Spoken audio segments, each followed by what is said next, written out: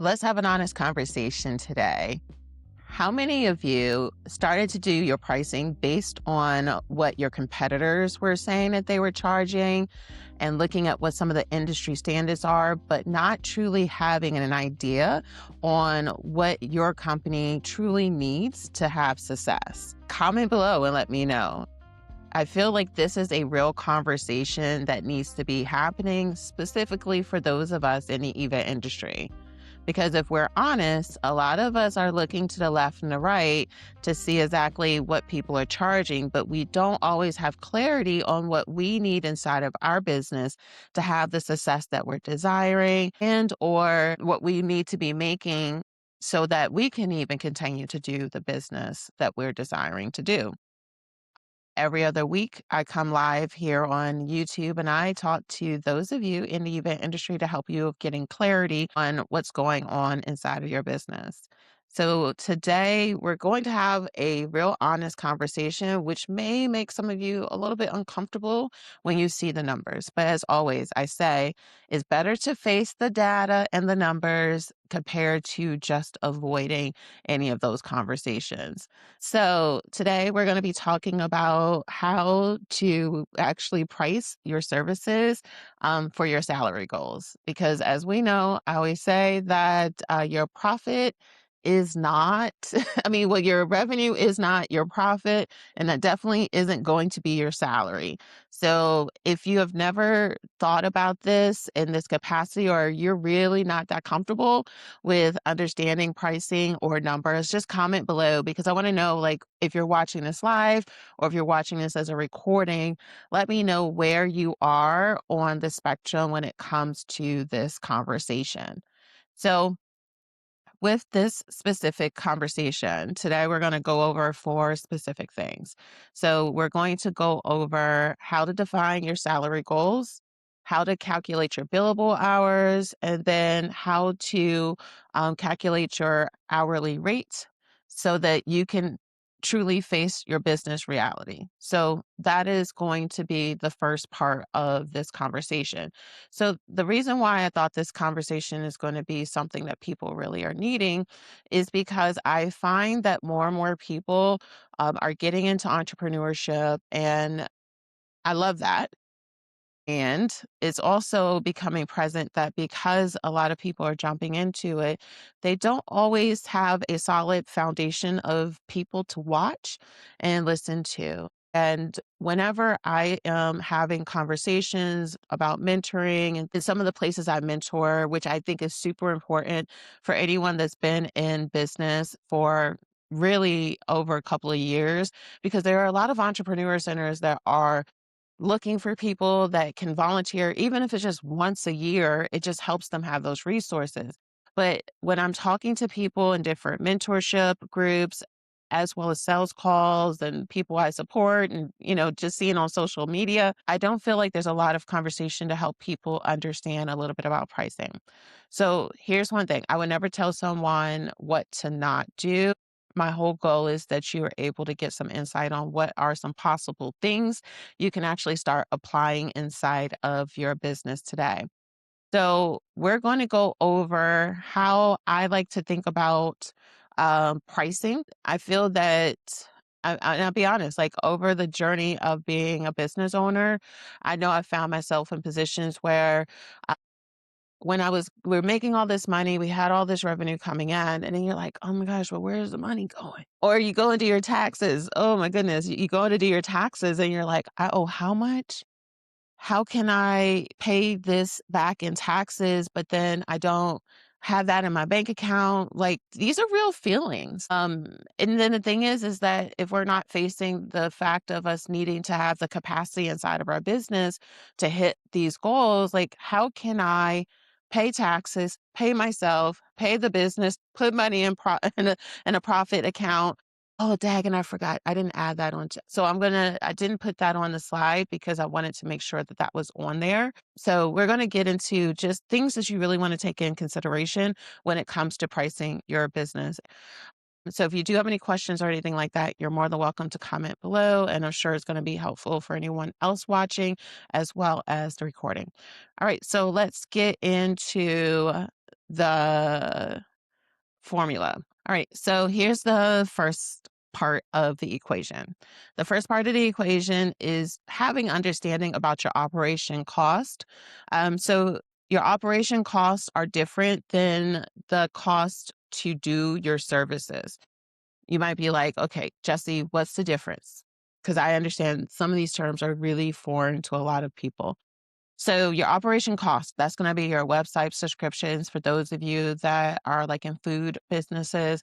And so you may have you have rent, or it doesn't matter if you're a food business or not. Like I have a co-work space that I work out of. So like that is a part of my operation cost. My websites, my domain, um, Riverside, which I use for streaming, CapCut monthly subscriptions. So subscriptions, those types of things, assistants that are working with you, those kind of things. That's going to be a part of your operation costs. The costs associated with you doing your services are going to be cost of goods. That's how I like to look at it. So inside of my event business, if a client pays me X amount of money, a portion of that's going to the vendors that are executing the services. So that's buying supplies for them to do paint and sips. That's buying the supplies for paying the caterers or any delivery, any hostesses that are working those specific events.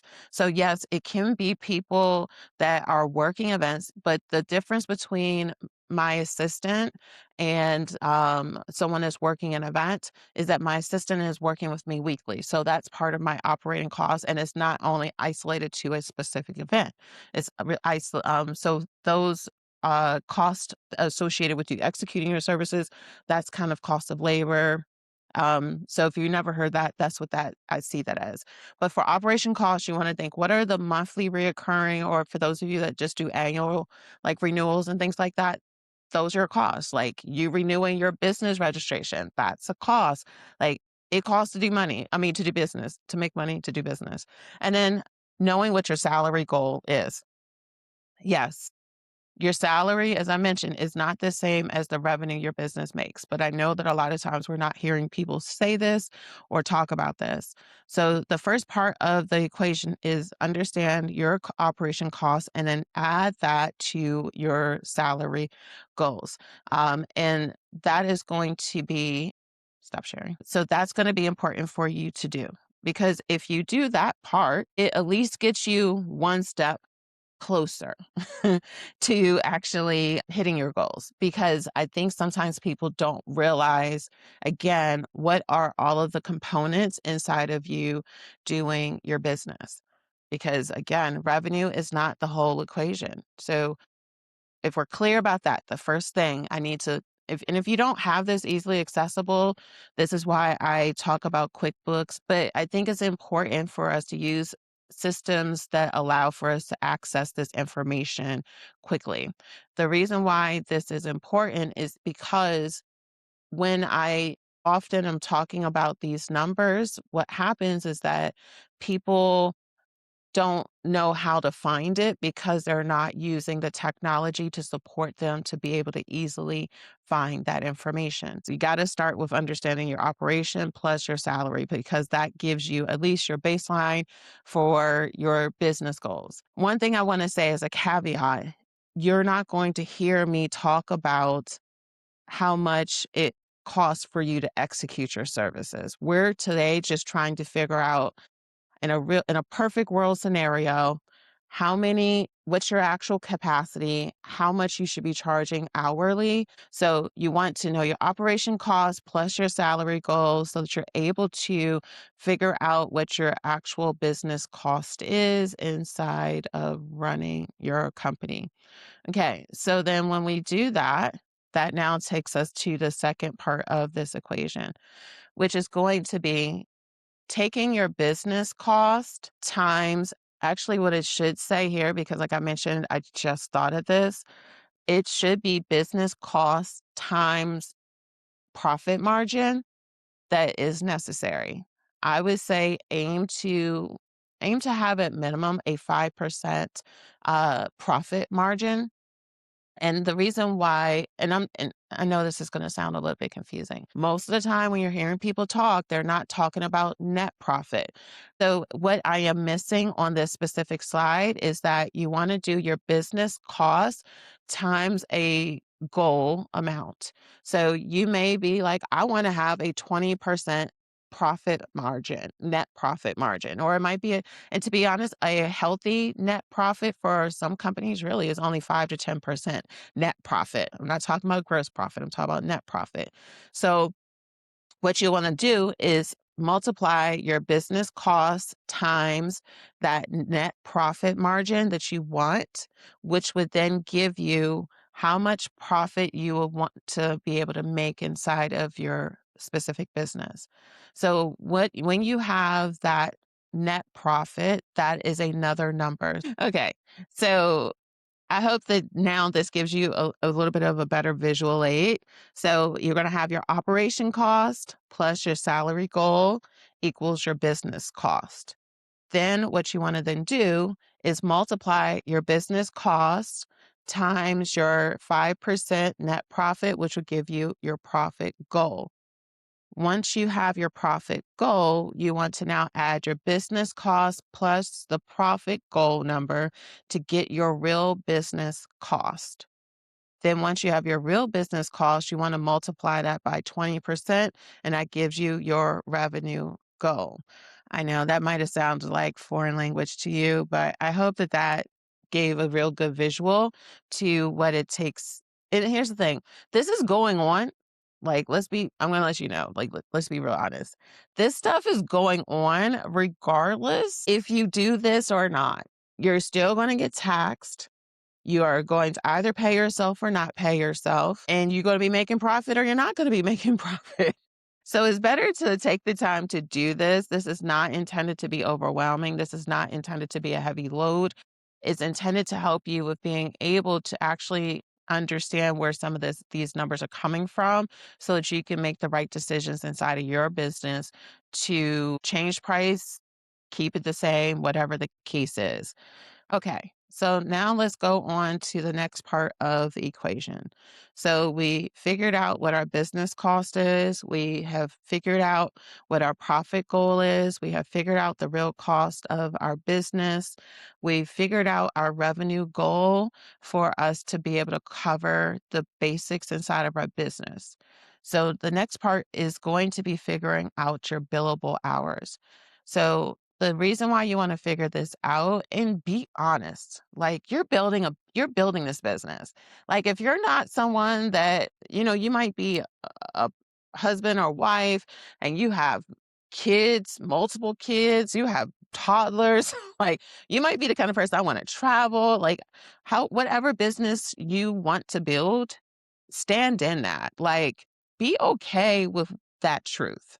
Because if you don't really want to be working 80 hours a week, you don't have to. You just got to price accordingly that allows for you to make the goal, the monetary goal that you want to be able to have.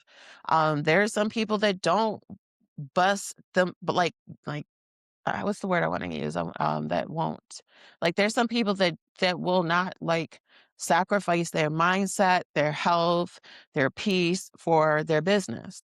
And there's some people that are okay with it. It's not for me to say if it's right or wrong. But if you're truly not trying to work more than 40 hours a week, or maybe this business you have right now is something that you're doing part-time, which is fine too. So you may only want to work 20 hours a week. That's cool. That's fine. But you see here in this equation, the plot twist of it is that 60%, technically, what most business coaches should be recommending to people is that the amount of hours that you actually have allocated to be able to work your business, you need to also have at least 40% of that time being allocated to being able to work in your business. What some people do is every hour of the day that they have that they can work on their bit, like they're doing balloons, like they're doing all the activities to do the service, but they're not taking the time to do like how you're watching this video right now. They're not making the time to do that because they don't have the time. So that's the reason why I say billable hours, because billable hours are the hours in which you are technically getting paid to do what you're doing. And the non-billable hours are the hours that you're the 40% of the time. That's doing videos, that's doing editing your content, that's you going to webinars or trainings or going to networking events. Like those things are helping your business and they're growing your business, but you're not getting paid for it at that specific moment. So I want for people to have that clarity about what are your real billable hours that you want to work in a week. So if you're like, I only want to work 20 hours a week, then 20 times 60%. So by 20 by point 0.6, that will give you what your billable hours are. And when you see the actual equation example at the end of this, you're gonna be like, oh my gosh. Like, I feel like my goal for this video was like, I want for you to be blown away once you actually see it, because I find that even when people are not charging like the bare minimum pricing, or they're not going based off of their competitor that's underpriced. Because here's the thing, what I notice is that a lot of times in the event industry, people are looking to their left and their right. And the thing is that even though someone might have X price on their website or whatever the case is, you don't know how profitable their business is.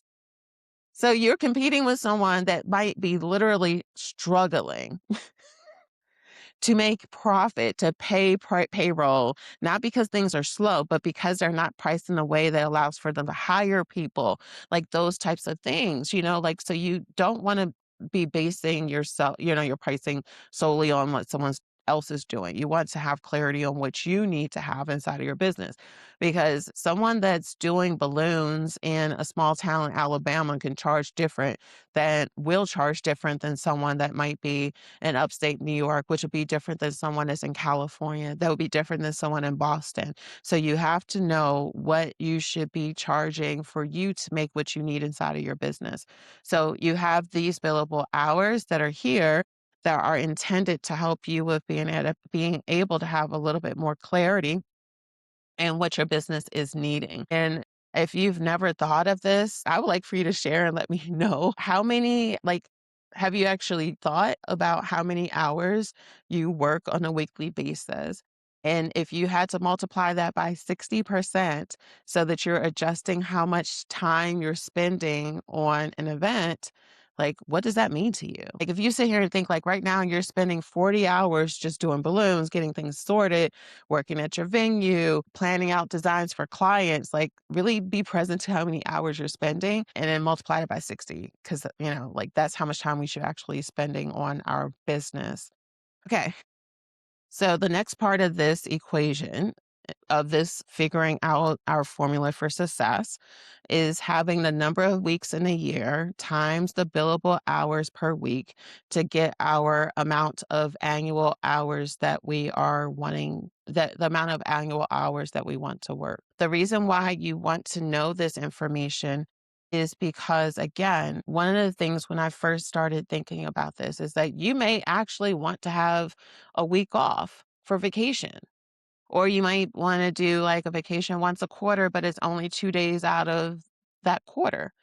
Like, plan vacation time. Please take time to regroup and resettle yourself. Do not burn yourself out. You want to actually give yourself some flexibility inside of your business to have the goal, like to be able to do what you want to do in your business. And even if you know that maybe you're going to go to a week conference, like take in consideration there's 52 weeks in a year. So if you only want to work 50 weeks out of the year, you can do so. If you want to only work 35 weeks out of the year, you can do so too. Like, it's not, again, for you to focus on um, what are industry standards. It's about you truly building something that you want to have and like that you actually want to do. I mean, that's just, to me, that's the most realist thing I can recommend to you. Like, you want to have a business that you enjoy. And all you have to do is just pull out your calculator, honestly, and it will change your life. All right, so let's share the screen. All right, so now that you have your annual hours that you're going to work, that now takes you to your hourly rate. How do you figure out your hourly rate? You will then divide your revenue goal, which we figured out earlier here, by the annual work hours, which will give you your hourly rate bare minimum that you should be making inside of your business. And when I say bare minimum, I mean heavy on bare minimum, because you want to make sure that you are pricing in a way that is going to allow for you to hit this goal. So you'll see on in a couple of slides like what that example looks like, so that if you look at, let's say, your last booking, this is something I challenge you to do. I want for you to, one, do what I shared with you so you can figure out what your hourly rate is. That's going to be the first part of the homework. The second part of the homework is that I want you to look at your last event that you executed. I want for you to be honest about how many hours it actually took for you to execute that event, not just the event day. I'm talking about, think about on average how many hours you're spending on making sure you're planning for the event, you're getting things prepped. Think about how long it took for you to even go, set up, work the event. And then what I want you to do is, once you know how many hours total estimated that was, I want for you to look at how much you charged, how much you spent towards supplies to be able to actually execute that event. And then I want for you to divide it, the whatever's left over, which is, I want you to divide whatever's left over, which is your gross profit, by the amount of hours that you worked. And that will give you what your hourly rate was. And I want you to compare based on your last event and what the hourly rate comes out for you. And based on what you do with the equation I'm giving you right now, I want to know, have you been not making what you should be making at bare minimum on your events? And don't, there's no judgment, there's no shame, there's nothing wrong with whatever the answer is. It's something that you really just are going to have to face.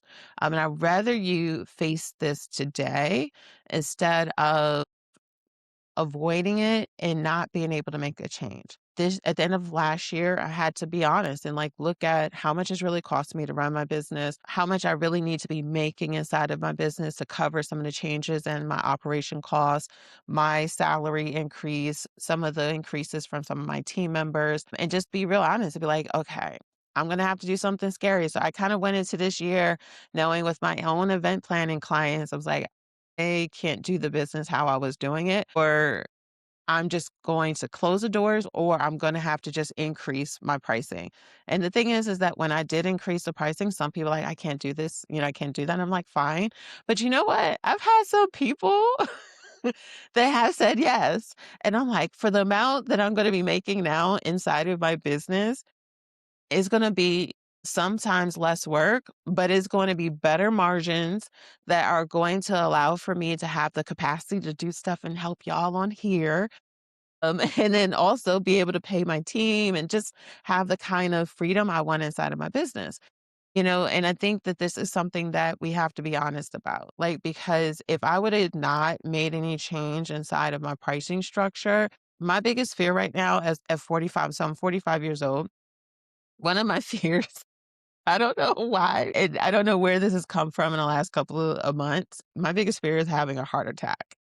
Like, that's been, I don't, as far as I'm aware, I don't have any health conditions. I've never had high blood pressure or anything like that. But I don't like feeling stressed or anxious. And I'm like, real life, I'm like, I don't want it to be that because I won't face my numbers, or because I'm afraid of losing clients, or whatever the case is, that I find myself continuing to build a business that's not allowing for me to have the kind of lifestyle I want, to hire the people that I want to have, to be able to invest in the systems and platforms I need to have to be able to support me. Like, it's important to understand what's going on inside of your business so you can face this and to truly have the goals and results that you truly want. So, this is where I'm going to be up in your business. And I want to, it's your turn. It's your turn to let me know a little bit about you, so you can comment and let me know. When you did your own business pricing, was your salary goal in mind when you actually did this? If you did do it, say yes, because you set your goals based on your salary goal. And if not, you're going to say no because you didn't do it. And that's fine, whatever the answer is. But it's very important to take the time to actually answer that question. So comment below if you're watching this as a recording or you're watching this live, because I just want to understand, did you ever do these steps to be able to figure out if you're pricing your business correctly and your services correctly? All right. So for some of you, this sounded like a whole bunch of headache. I I know that this was a lot for some of y'all. I get that. So this is why I want to now share with you an example, and I hope it pieces it all together for you. And if you have questions that might prompt me for inspiration for the next live I'll do in 2 weeks, because I take your feedback, my conversations I have on social media, things that I talk to my clients when I'm doing consulting and strategy building. So I learn from interactions on what would be helpful for those of you in our community. So now let's get into this example. All right, so how we're going to go with the equation I was able to give you. We know what our operation costs. Hypothetically, let's say it costs this balloon stylist $15,000 to just cover the overhead inside of their business, operation costs and things like that. $15,000 annually. And this person wants to have a salary of at least $70,000. So that's where 15,000 plus 70,000 equals 85,000. So then what I would then do is I have the 85,000 and I'm going to multiply 85,000 times 0.5 profit. So that means that your goal would then be to have at least 4,200, $4,250. So that was times 0.05% equals 4250. So then what I would then do is the 4250 plus 85,000, that gives you now the 89,250. So we have 89 to, so we'll have the 89,250 times 20% for tax. And here's the thing, talk to your tax professional because it depends on the state. Disclaimer, Cassie is not a tax professional. I'm not. So, and depending if you're married, got kids, dependents, your life is a lot different than my life. So you want to find out an estimate if you're going to get into the habit of putting money to the side for taxes, you know what your equation is. So we're going to do 8925 times 0.2 for tax. So that means that 17,850 would be your potential tax responsibility through at the end of the year. Could you imagine if you're doing taxes and because you're not doing this stuff, and you go and find out you owe $20,000 in taxes? I've owed taxes before, and then you just put your stuff on a reinstallment plan to get it paid up. But if you're not doing this, like, and you're just spending because you made $1,000 and you're like, I pay myself and I go and do all these things, you're going to find yourself walking in. I haven't technically received money back on taxes now since I've been 20 years old. And I mean, a lot of years I just broke even, which is fine. But the reason why is because in my previous life, I was a professional model from 2002 into 2018. I was a professional model. I was on TV and all kinds of stuff. And I was still running my business and still working corporate, all the things. So, but I remember the first time I did taxes is because I was making all this money modeling. And then, I mean, I had a full-time job and everything like that. And I went to do my taxes and they were like, you owe $5,000. I was like, what? Because I got a 1099 from my agent, which you're supposed to get. If people are paying you, you're supposed to get a 1099. And so I was like, oh my goodness. Lived experience. Tax is going to be 17,850. So if you had to then look, then what I would then do, we know that our tax responsibility is going to be 17,850 plus 4,250 for profit margin plus 85,000 for um your your operating costs and your salary goal. So we have salary goal, operation costs, this is our profit goal, and then this is our tax responsibility. So then we have a total is 107, 100. So 107, 100. So that's that. Okay. So then the second part of this is that we know that we need to hit this amount gross profit wise in a year to be able to cover our profit, our salaries, the operation costs, and our tax responsibility. That gives us at least that number. Now let's go into the amount of hours. So let's say you're someone that's like, I only can work 40 hours a week total. So we have 40 hours a week times 60%. Okay. So we have 40 hours a week times 60% because 40% of the time we should be working in our business. Like we should be working on our business. I'm sorry, working on our business so that it's growing, doing our sales reports, organizing our receipts, whatever the case is, especially if we don't have bookkeepers and things like that. So that means if you have a 40-hour week that you can work, times zero point 0.6, that means that only 24 hours of that 40 is allowing for you to do the services inside of your business. And then the remaining 16 hours, I'm sorry, that's 24. So that means, yeah, 16. So 24 hours are you getting your balloons, getting your supplies, prepping, working an event, whatever the case is. And then the remaining 16 hours will be allocated to doing sales calls or to, go to trainings, help with updating your website, doing social media. That gives you that difference. So that means only 24 of the 40 hours can be billed. Okay. So then we are wanting to work 50 weeks in a year so we can have 2 weeks to either go on vacation, sick days, whatever, take that into consideration. So we're multiplying the 50 weeks times 24 hours. So that means in a year, that is going to give you 1,200 hours that you can bill for, and you should be aiming to fill with revenue based on what your clients. Oh, it didn't save. Hold on. It did save. I just didn't update it. So this should not be 70,000. This should be 107, 100. Boom. Okay. So this is where we figure out the hourly rate. So in order to be able to, if we're working I guess I should have mentioned this, is to understand like, well, I did. I mentioned an amount of hours. Like if you're not really wanting to work 40 hours a week, then you should be allocating accordingly to that. Like you're setting off of what your true capacity is based on the kind of lifestyle you want to live. So if you're like, I wanted to work it like a full-time job, 40 hours a week, boom. If you only want to work 32 hours, boom, you just make the decision.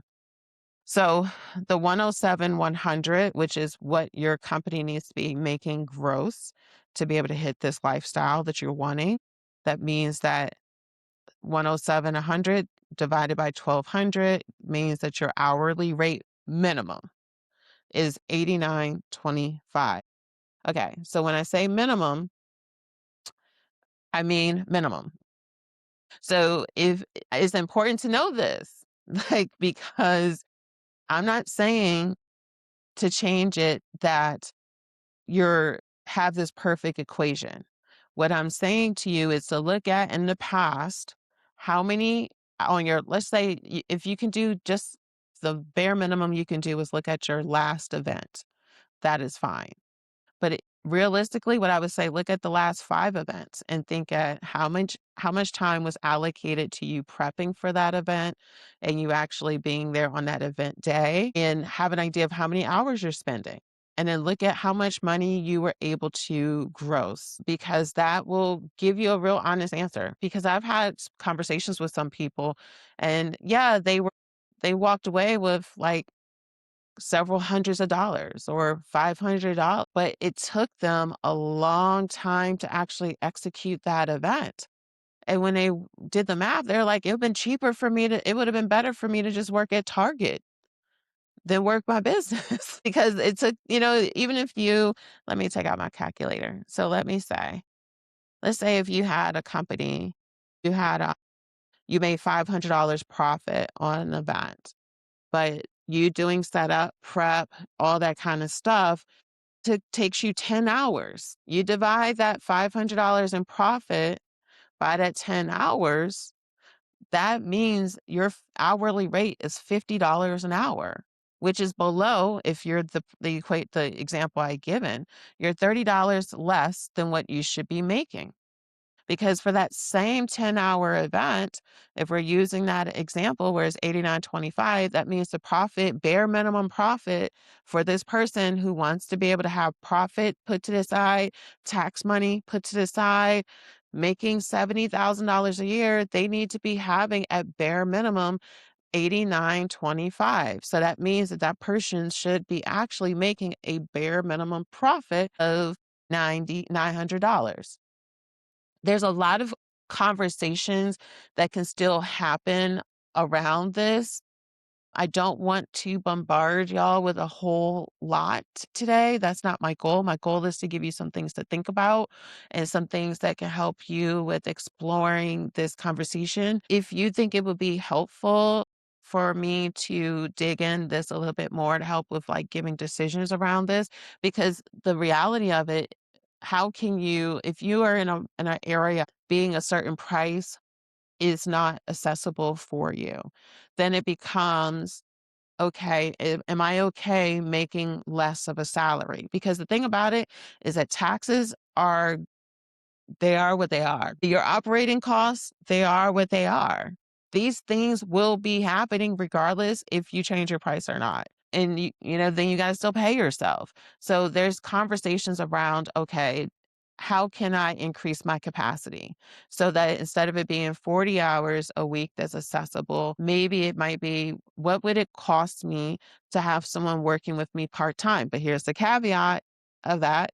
You do expand the amount of hours that can be taken in consideration, but that also increases your operating cost because to be able to get someone working for you part-time, and let's say they're charging you something very nominal where they can work 12 hours a week with you because you're at your max capacity right now. Let's just say you're at your max capacity and someone's able to work with you 12 hours a week and you're going to pay them $20 an hour.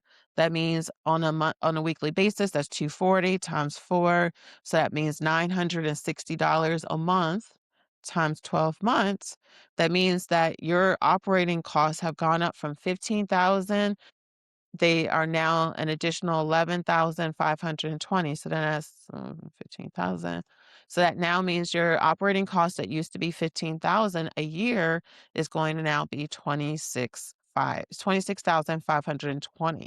So again, these are all numbers that impact your business. And you have to have a strategy for all this. And I was hopeful that this can really get you to think more about how you're pricing your business, what you can actually do to improve your profitability. But with all of the numbers that I'm sharing with you right now, this is to say this is what your bare minimum should be. Or it's adjusting our reality and our perception for what we can truly do inside of our company. Because again, is always going to be happening, regardless if you face it or not. And, this conversation is just going to be like the first of many steps that I think can help with giving you the freedom or face the realities of your business so you can make some powerful decisions to be able to really find the freedom and success that you want inside of your business. If this conversation has been helpful for you today, I would love to hear from you. Please comment below and let me know, like, what's one takeaway that you've gotten from this conversation? Because I do this for y'all. Like, I know that there's not people talking about all this. I'm in rooms and I can tell that people are not sharing this information. You might be a part of associations and they're not talking about this information. And it's important for us to figure out how to be strategic, go from being a hustler in our business to being someone that has a full-time job, but it's our business that we're running, to actually becoming a CEO and running it so that we are actually truly having the kind of lifestyle that we're truly desiring inside of our company. So I look forward to hearing how this is helping you and supporting you and inspiring you along the journey that you're going on. Until the next time.